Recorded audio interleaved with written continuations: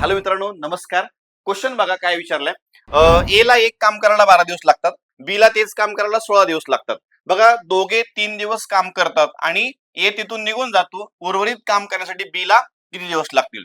एकदम छान प्रश्न आहे. तलाठी भरती 18 ऑगस्ट 2023 चा हा पेपर आहे आणि शिफ्ट 2 ला हा प्रश्न विचारला होता. हे सोपं आहे बाळांनो. काय नाही, याच्यामध्ये ए आणि बी, ए ला 12, बी ला 16, दोघांचा एलसीएम किती येतो? 48 येतो. यांचं पर डे काम करूया. मग 48 ला जर लक्षात ठेवायचं 12 दिवस लागले, हा पर डे 12 चोक 48 4 काम करतोय. आणि हा पर डे किती करेल रे? 16 दोन्ही 32, 16 त्रिक 48, म्हणजे काय 3 काम करतोय. आणि दोघं मिळून सांगा रे किती काम करतात?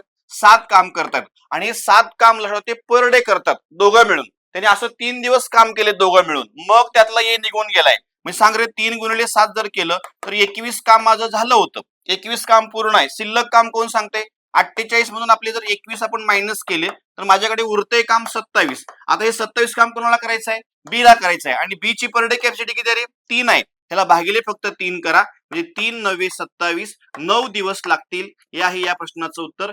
अशा शॉर्ट ट्रिक्स आणि इलिमिनेशन मेथडसाठी व्हिडिओ लाईक करायचा, शेअर करायचा आणि चॅनल सबस्क्राईब करायचं. थँक्यू.